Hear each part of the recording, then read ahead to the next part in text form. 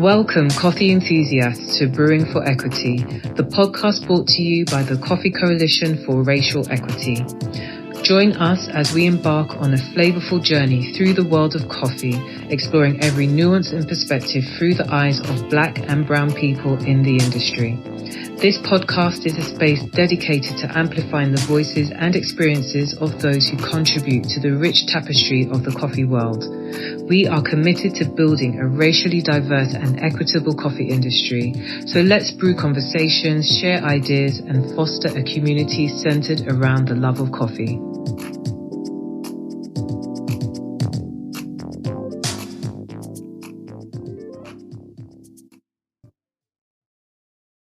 Welcome, everyone, to the Coffee Coalition for Racial Equity, Brewing in Equity, our podcast. I'm Phyllis Johnson, the founder of the CCRE, and I am honored to get a chance to take over the podcast for the next couple of months. And today I have someone that I'm really excited to talk to, Pastor Kyev P. Tatum Sr. And just a little bit of background, I'll tell you how we kind of met or got a chance to connect. A shout out to the Specialty Coffee Association, who allowed us a booth at the event at Expo in Chicago just recently. And I think it was, the young man's name is Eric Brenner. He stopped by our booth to talk about Pastor Tatum and what he was doing. And Eric is the assistant director at the Center for Coffee Research and Education at Texas A&M. I call them the other CCRE.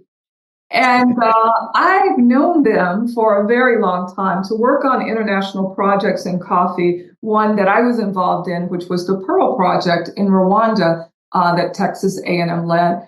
And as he was talking to me, I saw his lips moving, but I'm thinking, why is he talking about underserved and Black communities in America? This is an institution that I know focus their work in coffee-producing countries outside the country. So I said, okay, yeah, whatever, I'll talk to you, whatever you want to, yeah. A few weeks later, we kind of reconnected and Pastor Tatum surfaced. So Pastor Tatum, I want you to just give us your background. Tell us what brought you to this work.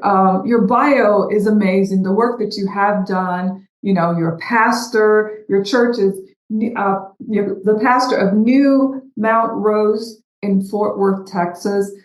Your accolades and what you've done is very humbling. All of that will be a part of your bio. Will be provided in links. But tell us, how did you get to this work? What was it that led you to an institution like Texas A&M to ask for community work?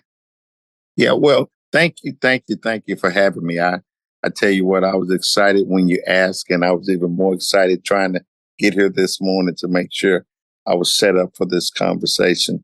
I appreciate you and the work you're doing internationally and even here in America. But, you know, if I tell you, just serving the Lord led me to A&M. And I've been a part of the A&M system since '84. I played football at one of their sister institutions, Charleston State University. You know, just an inner city kid trying to get out of poverty, abject poverty. And football was my way out. I had big hands and I ran pretty fast. So I could catch a football and they let me in.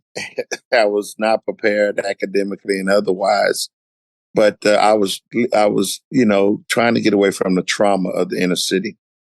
And so it was my blessing and they accepted me in and I became a part of the family. Fast forward 40 years, having spent, you know, an adult lifetime working with them in many capacities, even when I was working with other institutions in the Austin, San Antonio area, right in between in San Marcos. I spent about 15 years down there.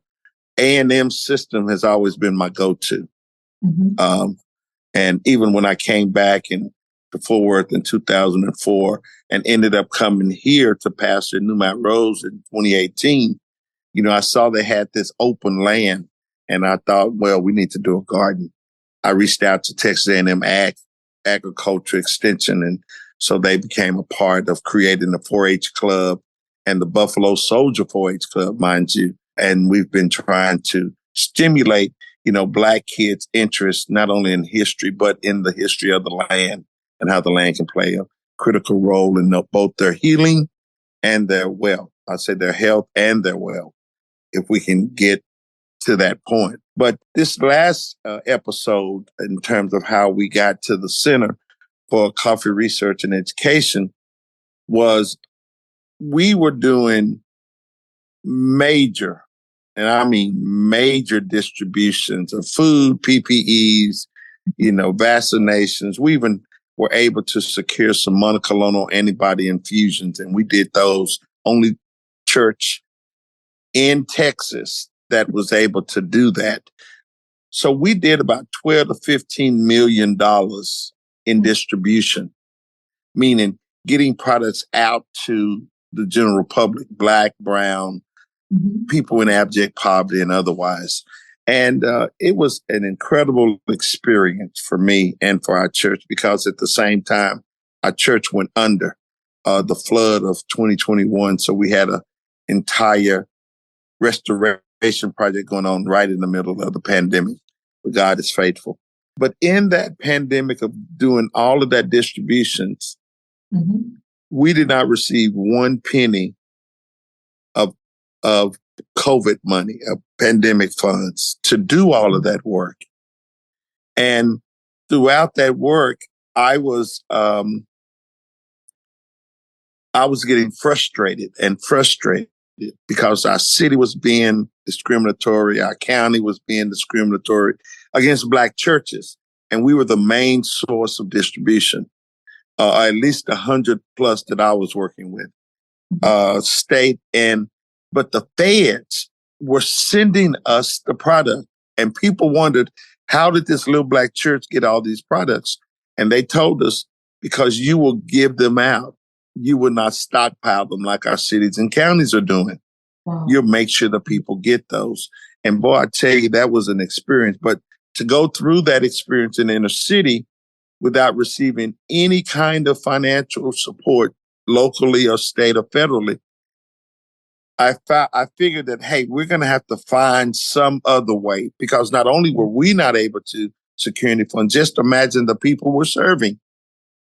So we saw an economic depression in the inner city prior to the pandemic, during the pandemic, and especially after the pandemic. But right in the middle of the pandemic here, I'm racking my brain. What can we do to stimulate the economy? What can we do to get people, making a living so that they can become self-sufficient, being able to sustain themselves as they should be able to do. But we see the generational poverty. We see all of that wrapped up right in these inner cities.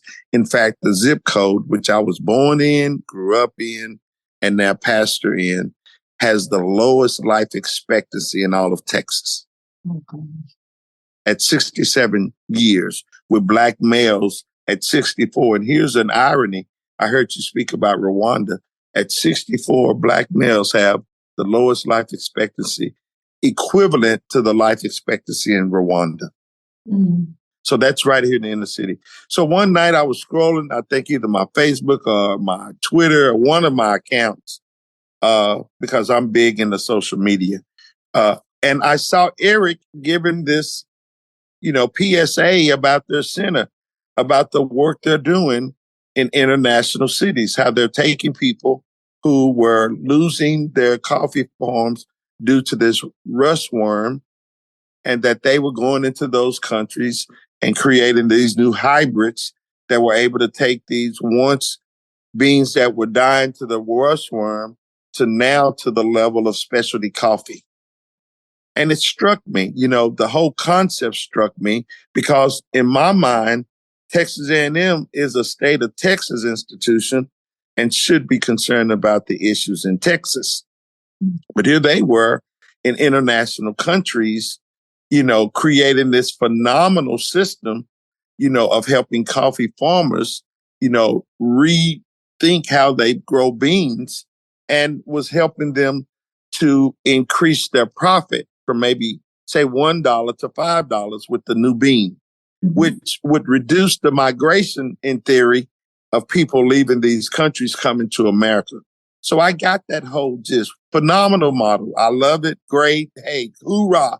But in my mind, I'm thinking, this is just the old Pope preacher boy in me, from inner city. If they can help them in international countries stimulate their economy and become self-sufficient, then they should be able to help us in the inner city stimulate our economy and become self-sufficient. And I thought, well, if they have the beans, we have the businesses. Right here in America, right here in Fort Worth. Fort Worth is the 13th largest economy in America. Wow. Texas is the 8th largest economy in the world. Oh, wow. So we got this business, right? But we don't have this expertise, and we don't have this sophistication. We don't have the knowledge base. But I do know we have access to the markets. Yeah. Right? Yeah. We can gain access to the market once we're trained, once we're educated, once we're developed. And so I just, being who I am, I called them up. And I said, who's in charge of this gig? Let me talk to the head man in charge, a woman, whoever it is. And first I got Eric. And, Eric, not being from here, but could understand clearly what I was talking about in theory. Right. And he said, let me run it up the chain. And then he got Dr. Rogers involved, Norman Rogers, who is a phenomenal professor in this space. I don't know if you've had the chance to meet him, but he has an incredible book on the value chain of specialty coffee. You may want to try to look that up. He gave me a copy, and, I am not the academic. Amen. I have ADHD. I just said, no, I get bored easy. Amen. I hear you. I struggle with the same thing. So, but it's like, how do we take this book and, break it down, put it in film or theory or something so that we could understand the full value of this value chain? Because they were liking this, this young black guy from Texas is talking about how do we stimulate the inner city economy? And the one question I asked both Eric and Dr. Rogers, as well as Ambassador Boss, I said, can specialty coffee stimulate the inner city and help people in abject poverty create an economic stream for self-sufficiency? And all three of them said, yes, it can. I said, so then that's all I needed to hear. And so from that time in 2001, I went straight and created the Inner City Coffee Exchange because we needed a structure to operate under. And then our church, I've been introducing it to our church. We got 15,000 square foot of incredible space at the church. And now we have my childhood home, my mother's home back in our possession. And we're working on the Prayer Room Coffeeaires as the main training, education, and development residential complex.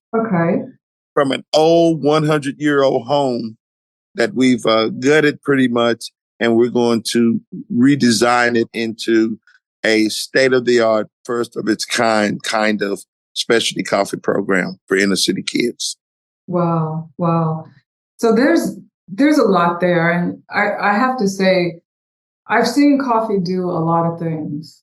And to help countries pull back from things like a genocide, we were talking about Rwanda, to boost the economy in East Africa and Latin America. And as you said, the work that Texas A&M was doing that directly benefited the U.S. in slowing down the immigration and the immigration challenges. I tell you, Pastor Tatum, if coffee can do what you are proposing that it can do, I am a full-fledged believer that it is the wonder, magical, mystical product that God gave us that it definitely connects us to each other. But to bring light in communities where there's darkness in America is pretty amazing. And I too believe that it has that power. It has the power to inspire. It has the power to create curiosity in those who touch the product. So it's amazing to see you digging deeply into this work. Now, this was 2001 when you organized, so you've been at this a while. Wow. Oh yeah, it's not, as you know, it's not an overnight success. You know, you have to do the legwork. You have to do, the whole process of understanding. And you know what is really beautiful? I love children. I fell in love with children in 1990. Anytime before 1990, I tell you, get them away from me. I don't want to deal with them. But somehow the Lord touched me in 1990. So somehow I've been dealing with students either in college, high school, middle school, all the way down, up or down. I have this incredible relationship with young people. But as I was going through this, I'm thinking, people, grown-ups initially, how do we get them? But, their minds are already set. And, we are real big on charity. Mm-hmm. We're not real big on self-sufficiency. Right. You know what I mean? We have all these programs that are charity-based, right? You have to meet this charity guideline. And if you meet this guideline, then we can help you. But if you don't meet this guideline, then we can't help you. That's charity. But when you talk self-sufficiency, says, we see you where you are, and we're going to show you how you can get to where you can become self-sufficient. So they could see the steps it takes to become self-sufficient. Yes. Name me 10 programs in America that shows poor people how to get out of poverty. Yeah, it's just not there. It makes me think of the verse or the saying, you give a man a fish, you feed him for a day. You teach a man to fish, you give him feed him for a lifetime. Yeah. Well, in the Bible, it's when that man was begging Peter and John when they were going up to pray. That third time they went up, they was out of money. They said, look, man, silver and gold have we not, but that which we have, we give to thee. In the name of Jesus, rise up and walk. Mm-hmm. Amen. Because the power is within. First, you change the mind, you change the heart, and you empower the people. And so that's what this has to be. The issue was, does the industry, I mean, not just the industry, but can the economy be stimulated? Someone's drive and someone's connectivity to do it. And that's what I was wondering and listening for them, to them for. Yeah. And I mean, they said, yes, it can. And here's where they came in and was the pushback they gave me. And everyone deserves the opportunity to be self-sufficient. Wow. Yeah. And so that really sparked me. And so I've been going, I think we are ahead of our time. Mm. And so we have to be patient with the rest of the world. You're ahead of your time in your idea. The work, like you say, the work is just going to take some time. And that's hard for us who can see a future in something and you want it to happen. It's hard to scale it back and to go through the processes that are necessary to get to success. But once you get there, and I'm sure you've had some successes so far, for us to be connected is a level of success. I've seen all the coverage that you've gotten has been a success, but still there's a longer way to go. And I'd like for you to talk a little bit about the location in the coffee, when it comes to coffee, when it comes to gentrifying some of the communities that you talk about. The coffee shop is oftentimes like the first sign that a neighborhood is changing. And then there's, the purchasing of the land, the houses, and you see the space that you're talking about, the childhood home that you grew up in. What is that area like? And does it have the potential to either serve the people who are already there or the folks that are coming in there? Yeah, it's both. I'm hoping, because some of them that are there, I've known all their lives. Okay. I mean, this is the next generation. So they knew me back when I was catching footballs, running around. And so, but this is like me coming home to do, and I share it with them in the neighborhood. And it is becoming a gentrified neighborhood. No doubt about it. My mom, who paid $25,000 for her home in 1976, the home next door, which was built maybe 2-3 years ago, maybe 2001, I don't know, it's worth $350,000. And so the infield is definitely ramping up. So, and it took my mother's house from 25,000 to now 179,000. And so that's how we lost the house. My brothers, couldn't afford to pay it or didn't know how to protest it or whatever. And then, it went to the courthouse steps. But fortunately, I was able to secure it back. But you see the shifting of the community. So the goal is first to keep that house a landmark house, right? Make sure that home, it's 100 years old and it needs to be there another 100 years. But just like my mom back when we were growing up, it was the house of redemption. People came to her for second chances. I cannot remember how many young pregnant women came to our house, or women, single mom with children, that my mother was helping in some road, some fashion through our life. And she was always looking for young people to pull out the talent that was in them. So when I was approached by a youth offender reentry program, Europe, about needing a place to stay because those kids are coming out and home is not a welcoming place and those things. So we were initially talking about just creating some space, some room for them to come out and live. And then, I've never just really thought normal. And I thought, let's not just be a transitional home. Let's make this a transformational place where not only can they live here, they can learn the art, the science, and the business of specialty coffee. We know that it could stimulate the economy. We know it could transform people's lives. But what can it do for youth? And right as we were going into that space, focusing in on youth, is when I read the report that, internationally, there is a shortage of young people in the coffee industry. And so there's a real big push for youth in coffee or for people to invest in youth in coffee. So I say, hello, somebody. We are right on point and on track. And that's when the Lord just started, we found favor in that story that was done. We haven't paid for 1 ounce of support today. Everything that's been done up to this point has been mission minded. Yeah. And people have done it because they either felt my heart or saw the vision or, felt sorry for me and them kids or whatever. But but then all of a sudden, it was like we ran out of money, to do things, and then everything disappeared. Yeah. So we've been at a standstill for the last month and a half, which tells me clearly, I need to go raise $1 million.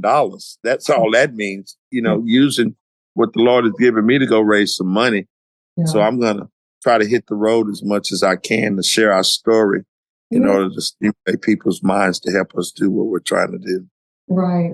It's an interesting point. When you grabbed a coattail of Texas A&M, they were pretty much just, doing work. But as you said, there's a lot of very specified work in coffee when it comes to, let's look at young producers, because as a buyer of coffee, as a coffee consuming country, the largest coffee consuming country based on volume, it's so important to the U.S. to be able to continue to sustain the supply of coffee. So our focus too is on building youth who want to work in coffee in the next generation in the producing countries.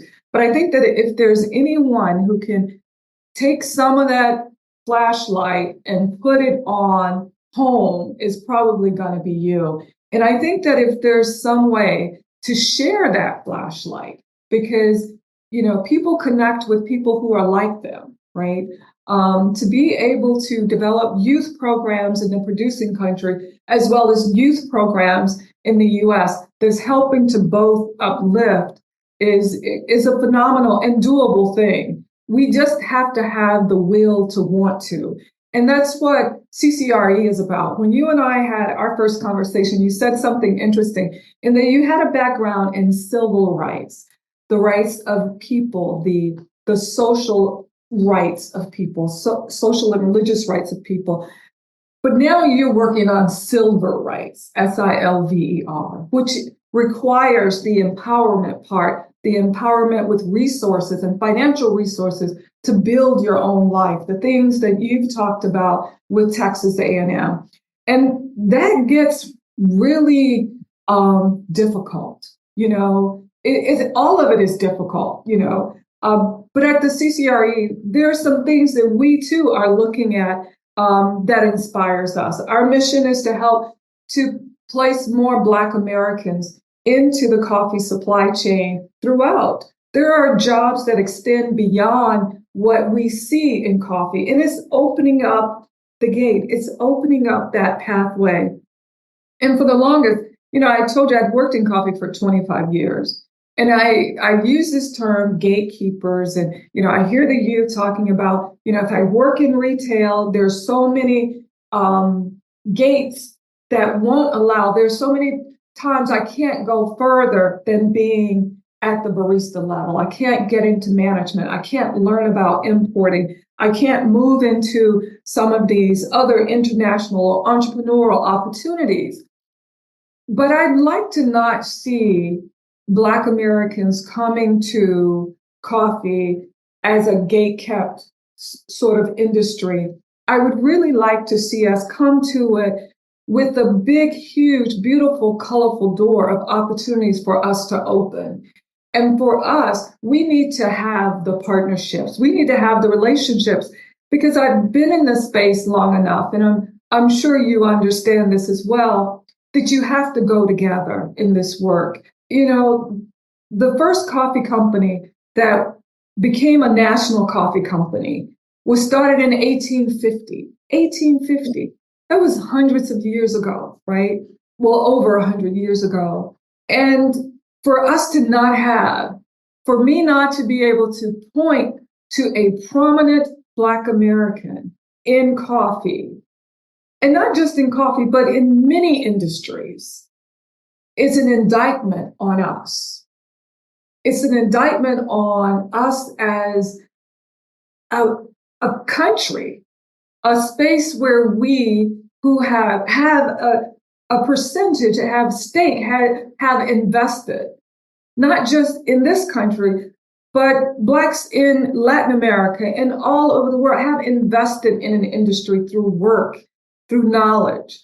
To not have a mention, I always say outside of Kaldi, the Ethiopian goat herder, who is also thought to be folklore, I'm hard pressed to think of another Black prominent person, or definitely a Black American in coffee. And that's because we have to write that history. We have to engage in the work. We have to engage in sustained work. Some of the encouraging news that's coming out about the consumption of Black Americans is that is increasing.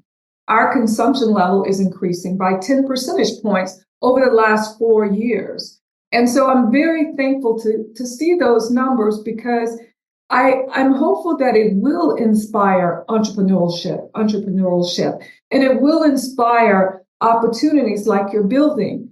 The thing about coffee for us, for Black and brown folks who come to coffee, I haven't seen the official research on it. I love research and reading stuff, and I have ADHD, but I really like academics. But I understand what you're saying. It's hard to focus. And I'm self-prescribing, I must say that. Yes. But we don't just do stuff. We bring the whole community along. You can't forget about the fact that, you were this little boy, as you said, with big hands who could run fast. And that physicality and mental strength got you to a different level. And you're just looking for the next Pastor Tatum. And you're always reaching back.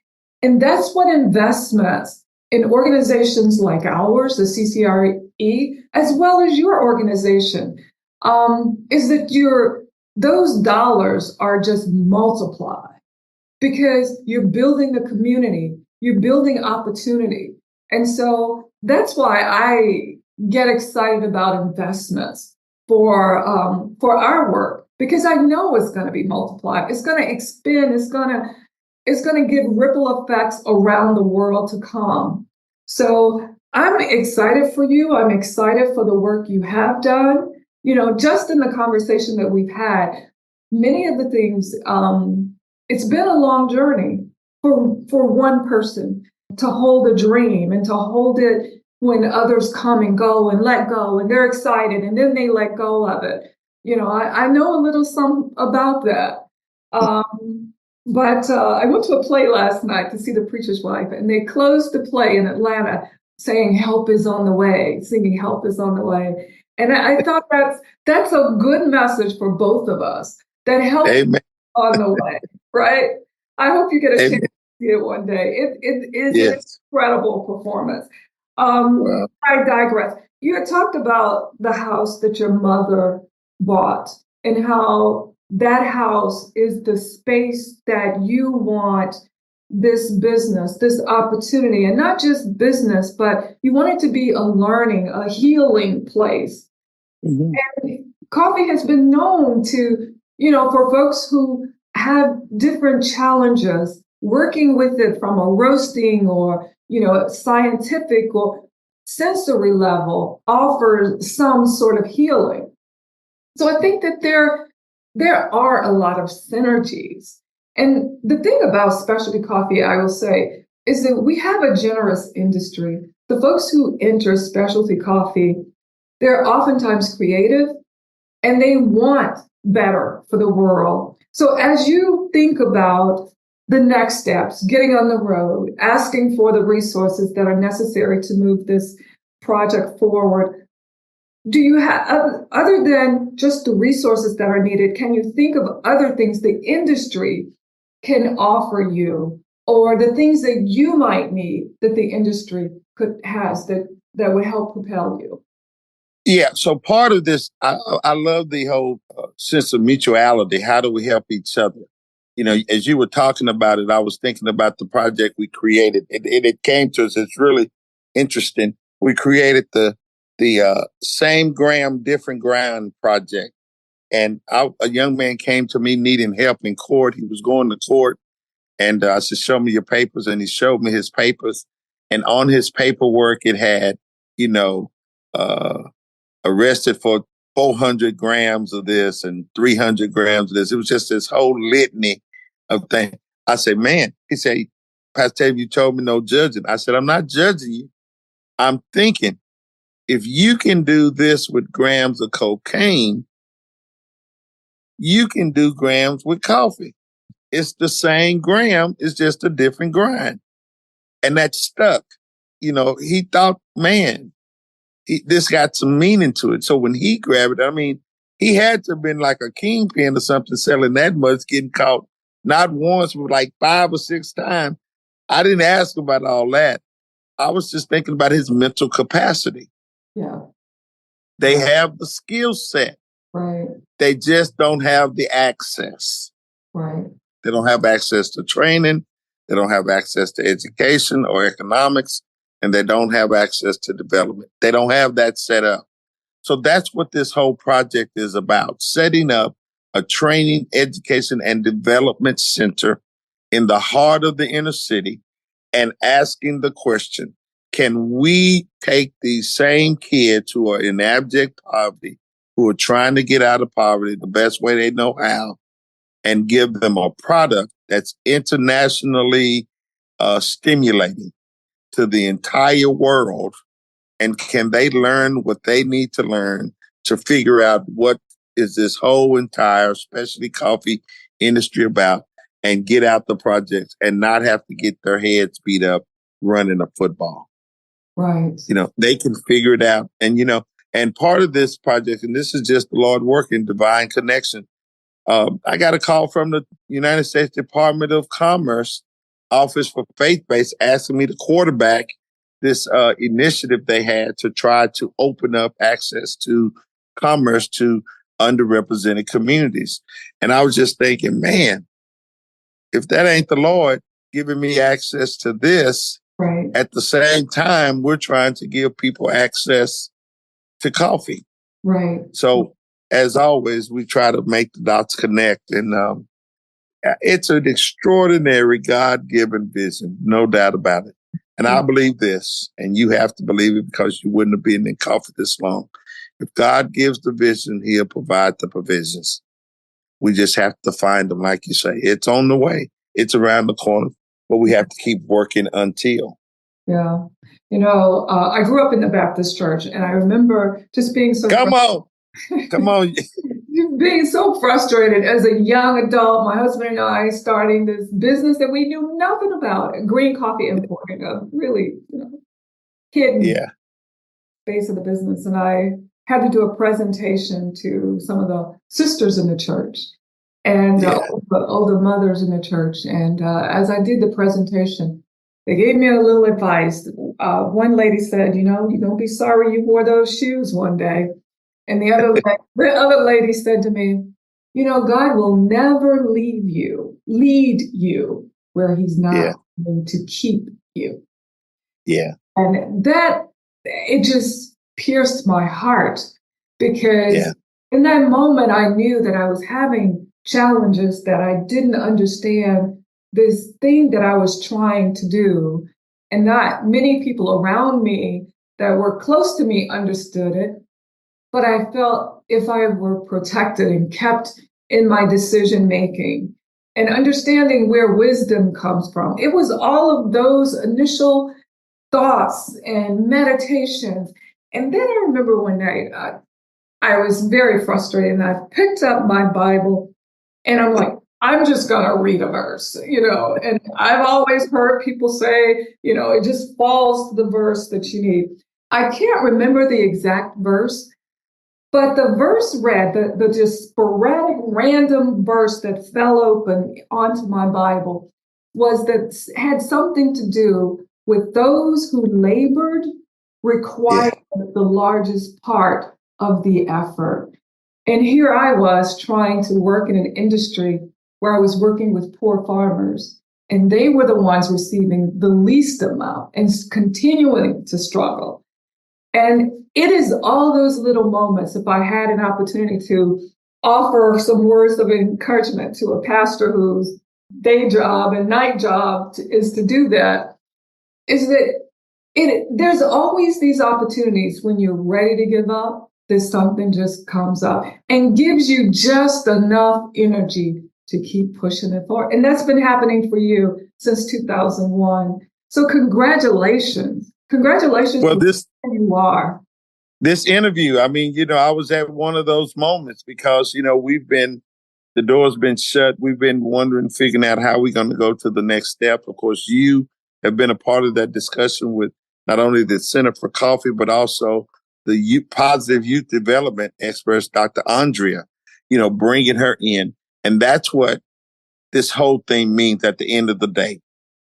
Everyone involved, whether it's internationally or in the inner city, do you have a desire to create positive youth development opportunities where kids can grow up in an industry loving to get up every morning and doing this work? It's not going to be easy. There's going to be some late nights. It's going to be some disappointments. But I always compare life to a ball game. Sometimes you win, sometimes you lose. Sometimes you get knocked down, but you have to get up and dust yourself off and keep playing the game. And so when you invited me to come on here, I was like, yes. Thank you for the chance to share our story, because as we continue to share our story, it's, as you said, we are connecting with those who have like minds and like hearts. Right. Yes. So second of all, thank you so much for your time. It's always an honor to just sit and have a conversation with you. You're very focused on doing hard work that many of us turn away from. And you somehow, based on who you are, can look squarely in the face of it and walk into it and come out successful. So thank you for building greater communities for all of us, because we all benefit from better communities. Thank you for that work. And if there's anything that I can do in my role here at CCRE and business or whatever to help make those connections for you, I've told you that I'm willing to do that. Would you share how folks can connect to you or connect or support the work you're doing, or just reach out in some way, please? Absolutely. So I want to leave you with a little wisdom. Last night we did Bible study, and it was Philippians 2. Okay. And it's about mindset.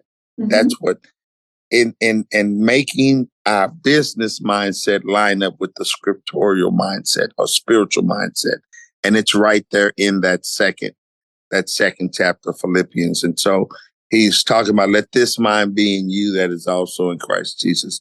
And he gives you the layout in terms of how our attitude should be and how our work ethic should be. And that's what we want to be able to share, that this is not, separate from or, bigger or lower than. It's in the book. It's in the book. Right. So what you're doing is in the book, but we have to get to that point that while we're looking out for ourselves, we have to also look out for others. And that the joy comes really when you're looking out for others. I mean, it is tedious work, but I don't call it HARD work. I call it HEART work. Right. Because hard work pays off, right? Yes. So when we do this from the heart, and that's what keeps me, whether we're doing this or food bowl. But you can find us at newmountrose.com. That's the easiest way. www.newmountrose.com. Mm-hmm. That's the website for the church. And my number, of course, is 817-966-7625. And my email is kptatum1@gmail.com. So we need help. I mean, we have to get this done. I don't have a clue what I'm supposed to do, but I know who's in charge, and he keeps sending me down this right path. With this divine connection, this divine protection, and this divine direction, it's led me to you. So what we do with this, only the Lord knows.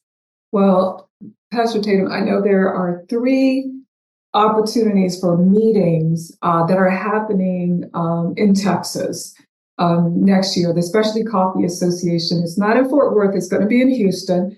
And the National Coffee Association Conference is going to be in Houston. So I probably will be at both of them, and I would love an opportunity to meet you there and to let you actually get a firsthand knowledge and to vision of how big coffee really is. And then there's like the Black Farmer, some event is happening in Houston later this year that I'll send you that information on as well. But yeah, there's a way to get there. Amen. CCRE is a small, struggling, organization, but I feel like, you said it is hard work, and we get there together. We get there uplifting each other. So again, thank you for your time. I know you have another call you need to get on. Have a blessed day. Thank you so much. Bless you. All right. Thank you. Thanks everyone for listening. Bye. Thank you to everyone who took the time to join in today to listen to the conversation on Brewing for Equity.